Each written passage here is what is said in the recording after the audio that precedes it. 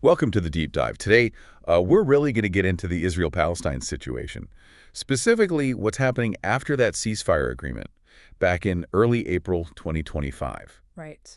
Our mission, really, is to figure out if this ceasefire is, a real change, or if all the suffering and the global pressure are just leading us somewhere, well, somewhere new and maybe even less predictable. Okay, let's unpack this. Yeah, and what's fascinating here is that very question people keep asking, is it really a ceasefire? Or just a pause?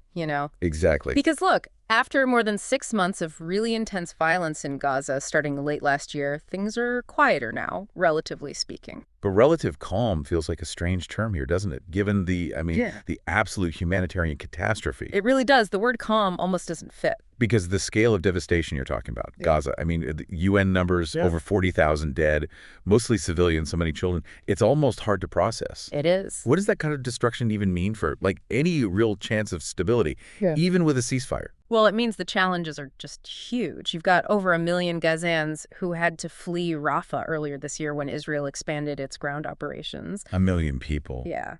And even now, after the ceasefire, getting humanitarian aid in is still painfully slow. We're hearing these awful reports about famine-like conditions, especially up in northern Gaza. Right. So that sheer level of displacement, the lack of absolute basics, it means any calm is, well, it's built on really deep suffering. And Israel says it's dismantled Hamas infrastructure in a lot of areas. But looking at the devastation, looking at the displacement you just described, it makes you wonder, doesn't it? Mm-hmm. Is the strategy, whatever the intention, actually creating more volatility down the line? Yeah. Fueling more resentment, another cycle, instead of real security. Well, if we connect this to the bigger picture, you've got human rights groups, Amnesty International, Human Rights Watch becoming much more vocal. Increasingly so, yeah. They're accusing Israel of using disproportionate force, basically saying the harm to civilians just outweighed any military gain. And they're talking about potential war crimes. Which Israel denies. Strongly denies, yes. They maintain everything they've done is in self-defense, purely self-defense. So you have these completely opposing stories. Yep. Self-defense versus disproportionate force. How is that playing out, both internationally and, maybe more surprisingly, inside Israel itself? Things seem to be shifting there, too. Yeah, here's where it gets really interesting politically. Inside Israel, support for Netanyahu, the prime minister, it's definitely slipping. We're seeing the protests. Exactly. Weekly protests, some demanding the hostages back, others just straight up against the government's far-right coalition. And internationally, a really big shift. Like the recognitions? Yes. Norway, Ireland, Spain, recognizing the state of Palestine back in May, that wasn't just symbolic. It shows this growing impatience, this frustration with the whole stalled peace process. A potential realignment, maybe? Could be. It puts pressure on other European countries and definitely on the U.S., on the Biden administration, to rethink things, even though U.S. military aid to Israel continues. Right. And that U.S. pressure is complicated by internal politics, too, isn't it? Yeah. Backlash from voters. Oh, no, absolutely. Growing backlash, especially from younger Americans, Arab, and Muslim communities, it's a tough spot for the administration. Okay, let's pivot slightly to the legal side. The ICC news last month, the International Criminal Court possibly issuing arrest warrants for both Israeli leaders and Hamas officials.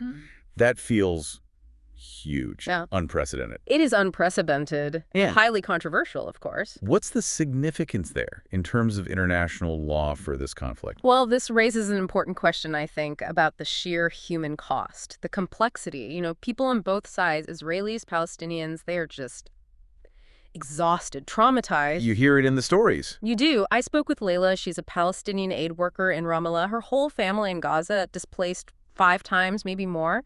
And yet, what does she want? To go home. Not to leave, just go home. Wow.